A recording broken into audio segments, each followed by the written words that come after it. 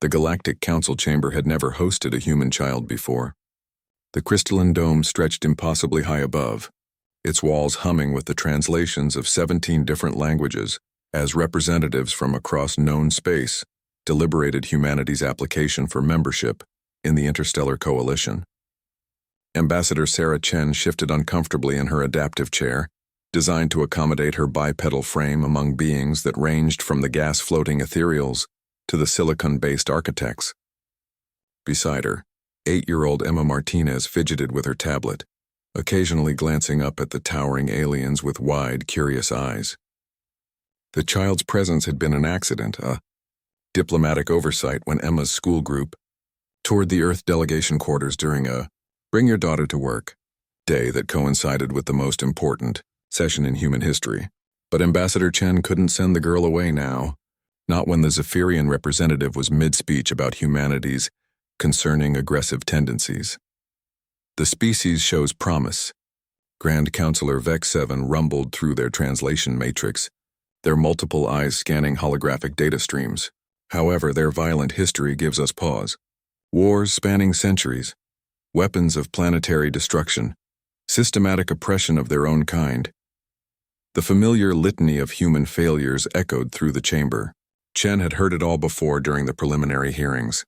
Humanity's resume read like a horror story to species that had achieved interstellar travel through cooperation and peaceful evolution. Elder Thessarian of the Wisdom Collective raised a tentacled appendage. Their scientific achievements are impressive, particularly their rapid advancement in the past century. But can we trust a species that regularly wages war upon itself? They consume other living beings for sustenance, added Representative Clix from the Herbivorous Alliance, their plant-like fronds shuddering with disgust. Their cities pollute their own atmosphere. They destroy their planetary ecosystem for temporary resources. Emma looked up from her tablet, her brow furrowed as she listened to the translation. She tugged on Ambassador Chen's sleeve, whispering loudly enough for the chamber's sensitive acoustics to pick up. Miss Chen, why are they being so mean about us? The chamber fell silent. Every alien representative turned their attention, eyes, sensors, consciousness fields toward the small human child. Chen cleared her throat, preparing to deflect, but Emma stood up on her chair, apparently deciding she could address the room herself. Excuse me, she said politely, her small voice carrying clearly through the chamber's amplification system. I have a question. Grand Counselor Vex 7's primary eye focused on her. The human offspring wishes to speak? Yes, please. Emma clutched her tablet to her chest. You keep talking about all the bad things we do, but don't you do bad things too? Like ever? The translation systems worked overtime, rendering her simple words into complex linguistic matrices. Chen felt her heart skip a beat. The silence stretched on. Elder Thessarian's tentacles writhed uncomfortably. Representative Clix's fronds rustled with agitation. Emma continued, apparently oblivious to the diplomatic minefield she'd wandered into. My teacher says everyone makes mistakes. And when we make mistakes, we try to fix them. That's how we learn. She looked around the chamber with genuine curiosity. Do you not make mistakes? The question hung in the air like a challenge none of them had expected. Finally, Counselor Thren of the mechanoid hierarchy spoke, their synthesized voice carefully neutral. We have evolved beyond such primitive behaviors. Oh, Emma tilted her head. But then how do you get better at things? Another silence. Chen watched as alien representatives exchanged what she could only interpret as uncomfortable glances.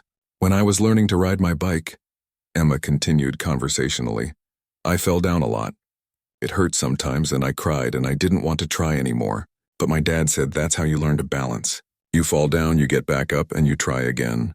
And now I can ride really fast. She beamed proudly, then her expression grew thoughtful again. Maybe humans do bad things because we're still learning to balance? Like as a whole species?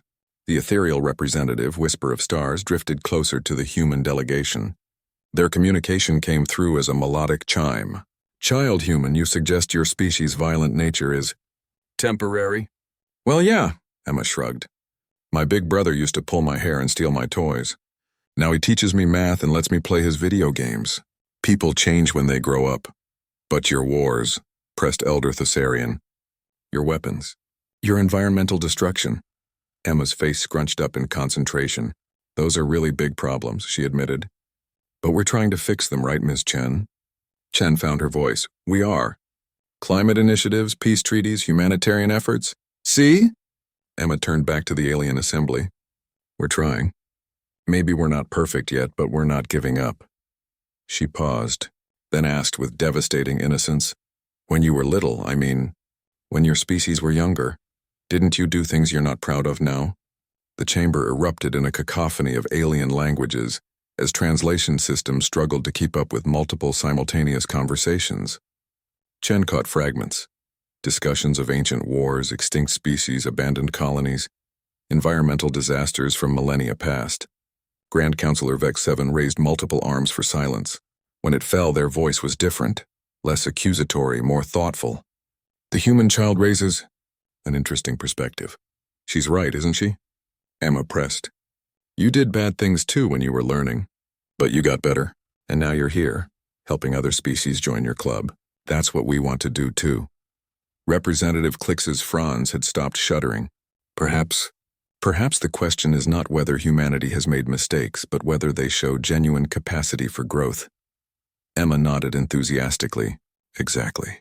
We mess up a lot, but we keep trying to do better. That's what growing up means. As Chen watched, something shifted in the chamber's atmosphere. Alien representatives began speaking in quieter tones, reassessing data, viewing humanity's turbulent history through a different lens, not as evidence of permanent character flaws, but as growing pains of a young species still learning to balance. Hours later, when the vote was called, it was unanimous. As they prepared to leave, Grand Counselor Vex 7 approached Emma directly. Young human, you have given us much to consider about the nature of wisdom and growth. Emma smiled up at the towering alien. My mom always says the best questions come from kids because we don't know what we're not supposed to ask. The Grand Counselor's laugh was like distant thunder. Indeed, perhaps that is humanity's greatest strength, the courage to keep asking questions, even when the answers are uncomfortable. Walking back to their quarters, Chen looked down at the girl who had just changed the course of human history with simple honesty.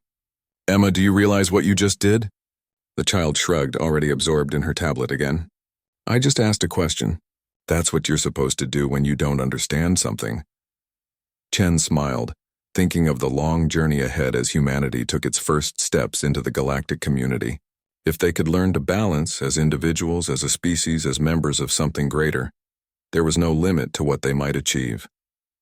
After all, they were still learning to ride the bike.